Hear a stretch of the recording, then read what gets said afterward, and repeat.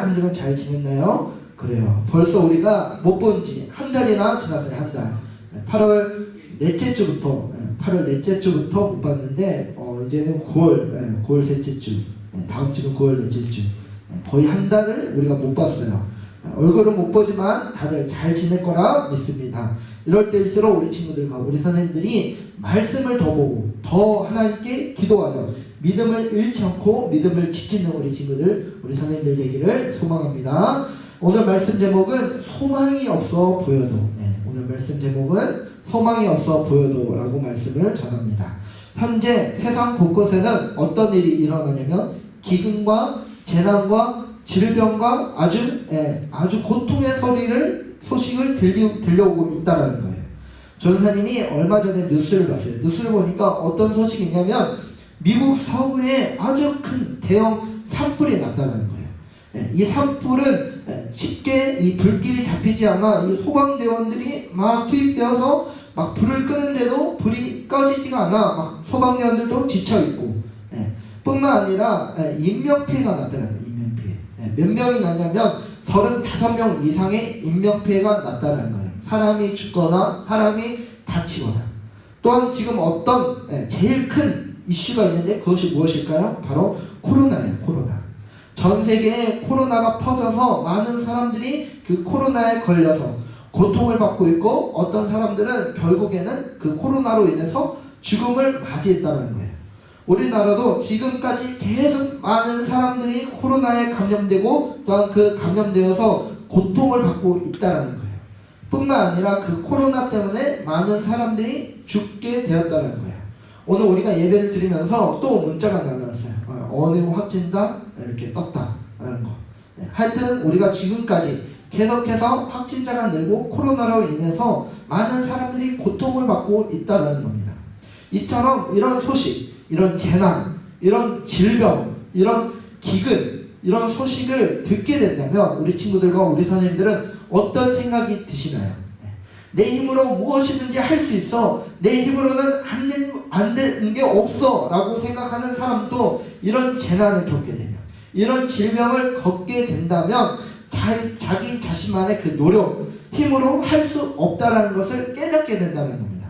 그런데 이런 재난, 이런 질병, 이런 기근을 만났을 때 내 힘과 노력으로 아무것도 할 수 없을 때 우리를 도와주시는 분이 있다는 겁니다.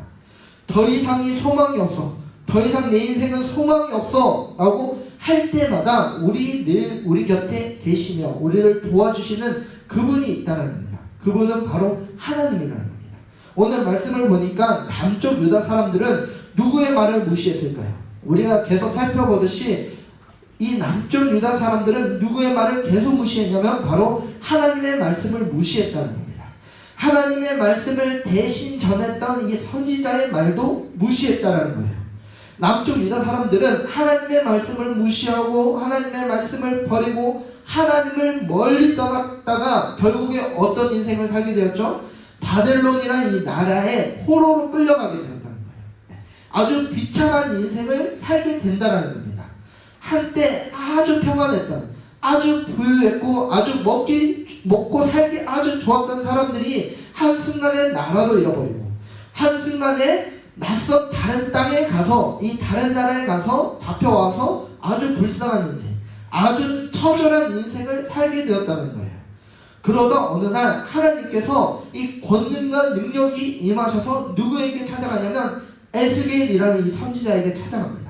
이 에스겔 선지자에게 찾아가서 이 에스겔 선지자를 어떻게 하냐면 이 골짜기로 데려가요. 이 골짜기.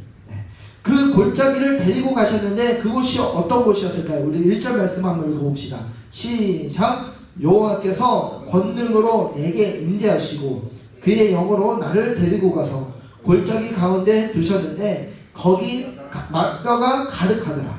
그래요. 하나님께서는 이 에스겔에게 찾아가셔서 이 에스겔을 골짜기 가운데로 데리고 가셨어요.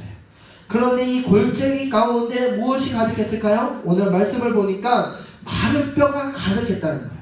이 골짜기 안에 뭐가 가득했냐면 마른 뼈가, 죽은 사람들의 뼈가 가득했다는 겁니다. 이 마른 뼈들은 누구를 의미하냐면 이 바벨론에 포로된 이스라엘 백성들을 의미하고 이스라엘 백성들을 뜻한다는 거예요. 그래요. 한때 부유했고 한때 평안했던 이 이스라엘 백성들, 이 남쪽 유다 백성들, 이제는 바벨론의 포로로 끌려가서 소망이 없이 죽은 사람처럼 되었다는 것을 보여주고 있다는 거예요. 이 남쪽 유다 사람들은 이제 소망이 없어 보였어요. 아, 나 이제 죽었구나. 나에게 이제 소망이 없구나. 라고 했을 때 하나님은 무엇을 보여주셨냐면 바로 마른 뼈를 보여주셨다는 거예요. 하나님께서는 에스겔을 해골, 이 죽은 뼈가 가득한 골짜기로 인도하셨고, 하나님은 에스겔에게 이렇게 물어보시는데, 우리 다 같이 3절 말씀을 우리 PPT 보면서 읽어보도록 하겠습니다. 시작! 그가 내게 이르시되 인자야 이 뼈들이 능히 살 수 있겠느냐. 그래요. 이 질문에 에스겔은 이렇게 대답을 하는 거예요. 그것은 하나님만이 하시는 일입니다 라고 고백을 한 거예요. 하나님께서는 에스겔에게 이 죽은 뼈들에게 하나님의 말씀을 대신하여 말씀하셨는데, 다같이 우리 5절 6절 말씀 한번 읽어봅시다. 시작! 주 여호와께서 이 뼈들에게 이같이 말씀하시기를 내가 생기를 너희에게 들어가게 하리니 너희가 살아나리라. 너희 위에 힘줄을 두고 살을 입히고 가죽으로 덮고 너희 속에 생기를 넣으리니 너희가 살아나리라. 또 내가 여호와인 줄 너희가 알리라 하셨도다 하라. 그래요. 에스겔은 하나님의 말씀을 대언해서 이렇게 말을 하는 거예요. 마른 뼈들아, 여호와의 말씀을 들으라.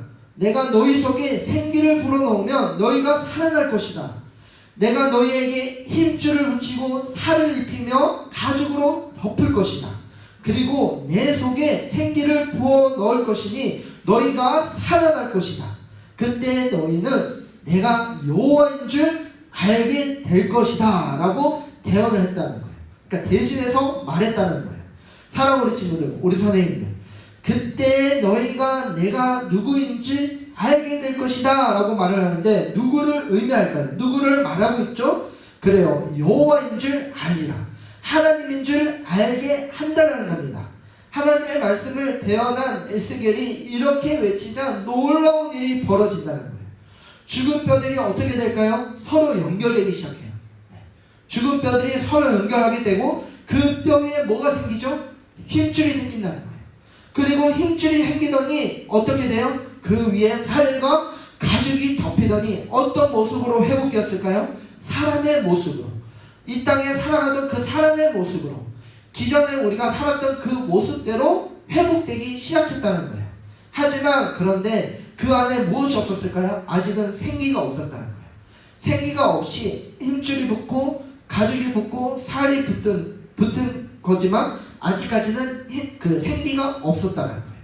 에스겔은 이 죽은 뼈들에게 다시 한 번 더 대언하는데, 다시 한 번 더 말씀을 하는데, 이 죽은 뼈들에게 생기가 들어가도록 다시 대언을 합니다. 우리 9절 10절 말씀 한번 읽어봅시다. 시작! 또 내게 이르시되 인자야 너는 생기를 향하여 대언하라. 생기에게 대언하여 이르시기를 주 여호와께서 이같이 말씀하시기를 생기야 사방에서부터 와서 이 죽음을 당한 자들에게 불어서 살아나게 하라 하셨다 하라.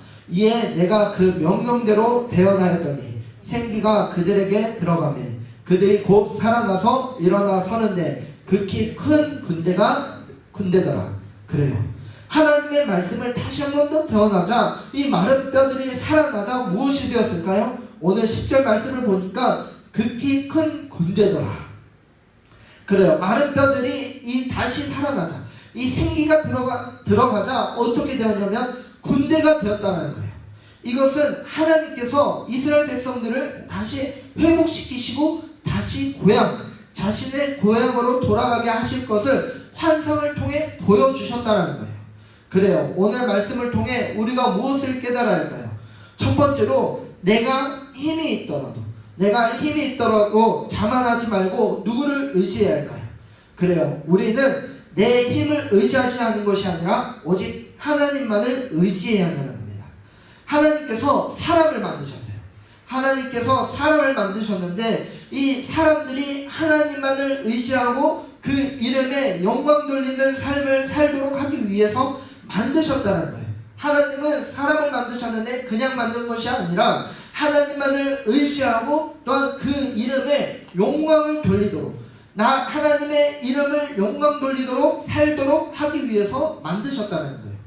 하나님을 떠나도 언제든지 잘 먹고 잘 살 수 있어 라고 하는 것은 아담과 하와를 유혹하던 때부터 이 사단이 언제나 인간에게, 오늘 우리에게도 속삭여온 이 거짓말이라는 거예요.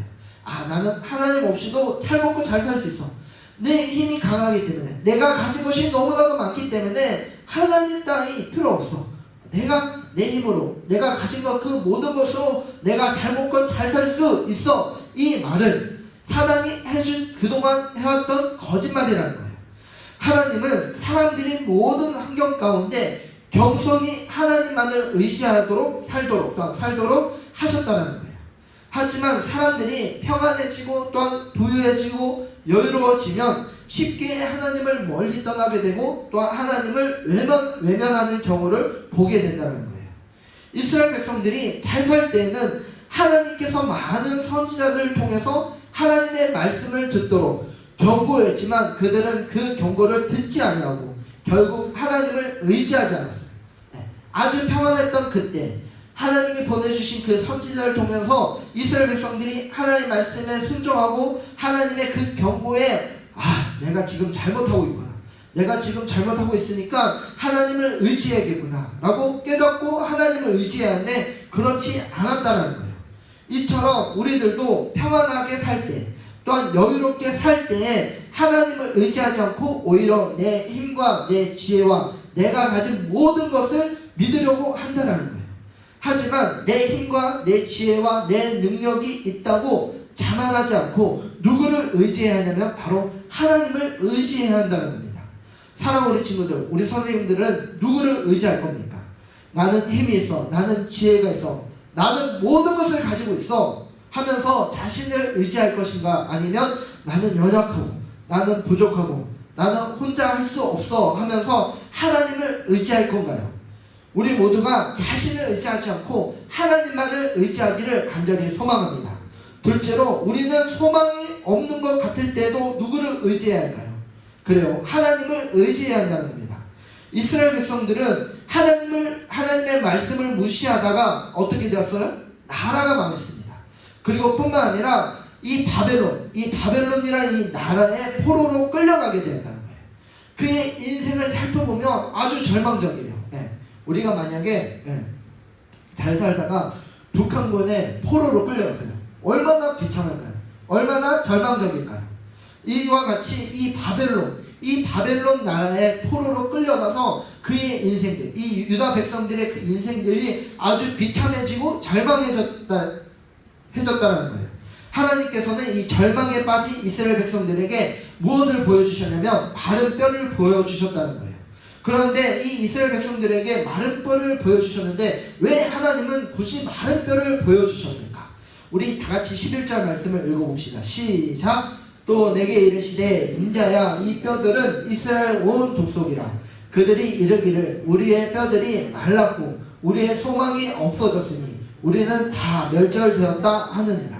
그래요, 이스라엘 백성들이 스스로 마른 뼈와 같이 자신의 인생이 소망이 없어졌다고, 내 인생은 소망이 없어졌다고 했기 때문에 마른 뼈들을 보여주셨다는 거예요. 하지만은 하나님께서는 이 보여주시는 것으로 끝내지 아니하고 에스겔 선지자를 통해서 그와 같이 소망이 없는 사람일지라도 회복시켜 주신다고 말씀하셨어요. 이 자신이 스스로 마른 뼈와 같이 소망이 없어졌다, 내 인생이 소망이 없어졌다라고 고백을 할지라도 하나님은 그대로 버려두지 않고 그의 인생들을 다시 회복시켜 주신다는 거예요. 하나님은 그들을 어떻게 회복시켜 주셨을까? 하나님은 회복해 주셨는데 어떤 모습으로 회복해 주셨을까? 우리 다같이 4절 말씀을 읽어봅시다.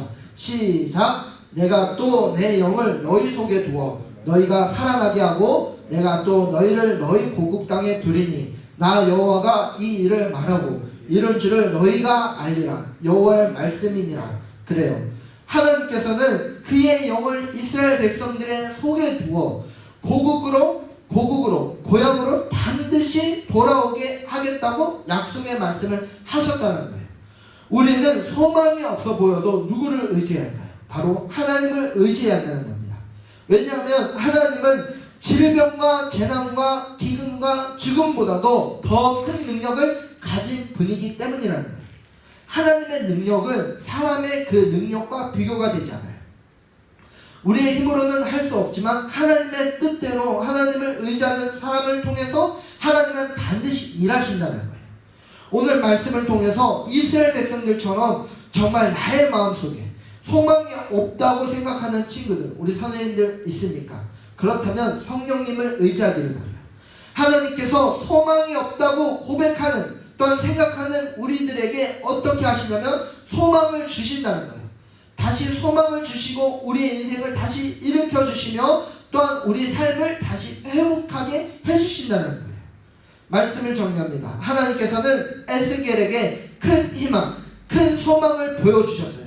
지금 아무리 초라해 보여도 힘이 없어 보여도 하나님께서 하시고자 하는 일이라면 아주 놀라운 일이 벌어진다는 거예요. 그렇기 때문에 오늘 우리가 말씀을 통해서 다시 오늘 말씀을 힘입어서 지금 나의 모습이 연약하고 또한 나의 모습이 약해도 하나님께서 나를 세우고자 하신다면 그 어떤 것도 가능하다는 소망을 가지고 하나님께서 기뻐하시는 믿음의 사람들이 되도록 날마다 열심히 기도하는 우리 선생님들, 우리 친구들 되기를 주님의 이름으로 소망합니다.